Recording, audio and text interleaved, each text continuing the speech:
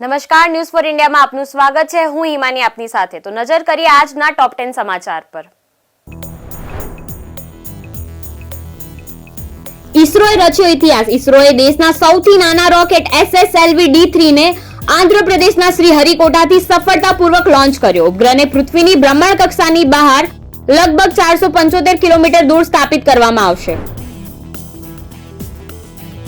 વડાપ્રધાન મોદી સદૈવ અટલ પહોંચ્યા અને પૂર્વ વડાપ્રધાન અટલ બિહારી વાજપેયીને શ્રદ્ધાંજલિ આપી। રાષ્ટ્રપતિ અને ઉપરાષ્ટ્રપતિ સહિત ભાજપના ઘણા નેતાઓએ પૂર્વ પીએમને શ્રદ્ધાંજલિ આપી। અરજી નામંજૂર થયા બાદ વિનેશ ફોગાટે ઇમોશનલ ફોટો શેર કર્યો। આમાં તે ઇમોશનલ જોવા મળી। મહત્વની વાત એ છે કે આ ફોટોના કેપ્શનમાં વિનેશે કંઈ લખ્યું નથી। તસવીરો જોઈને આંખમાં આંસુ આવી જશે। પીએમ મોદી પેરિસ ઓલિમ્પિક 2024માં ઇતિહાસ રચનારા ખેલાડીઓને મળ્યા। ભારતીય ખેલાડીઓએ વડાપ્રધાન મોદીને ઘણી ભેટ પણ આપી। શૂટર મનુ ભાકરે પીએમ મોદીને પિસ્તોલ આપી।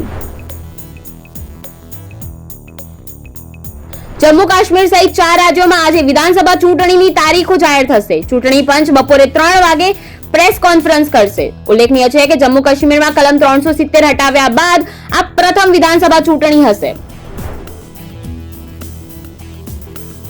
કોલકાતા રેપ વિથ મર્ડર કેસનો દેશભરમાં વિરોધ। સમગ્ર દેશમાં ડોક્ટરોનો વિરોધ તીવ્ર બન્યો। દિલ્હી એમ્સની બહાર હજારો વિદ્યાર્થીઓએ વી વોન્ટ જસ્ટિસના નારા લગાવ્યા। કોલકાતા દુષ્કર્મ હત્યા કેસમાં ગુજરાતમાં વિરોધ પ્રદર્શન। ગુજરાતમાં પણ ઇમરજન્સી સિવાય તમામ તબીબી સેવા બંધ। અમદાવાદમાં મોટી સંખ્યામાં તબીબો એકઠા થઈ વિરોધ નોંધાવ્યો। બાંગ્લાદેશમાં શેખ હસીનાની સરકાર ઉથલાવીને વચગાળાની સરકાર બનાવ્યા બાદ ફરી પ્રદર્શન અને હિંસા શરૂ। બાંગ્લાદેશમાં હવે નવી માંગણીઓ સાથે વિદ્યાર્થીઓનું આંદોલન। પૂર્વ પીએમ શેખ હસીનાને દેશમાં પરત લાવવામાં આવે અને તેમની સામે કેસ ચલાવવામાં આવે।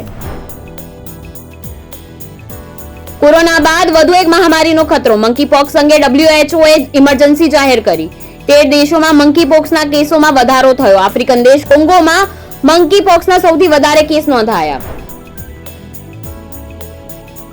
તાઇવાનમાં 6.3ની તીવ્રતાના ભૂકંપના આંચકા અનુભવાયા। ગગનચુંબી ઇમારતો ડોલતા લોકોમાં અફરાતફરીનો માહોલ છવાયો।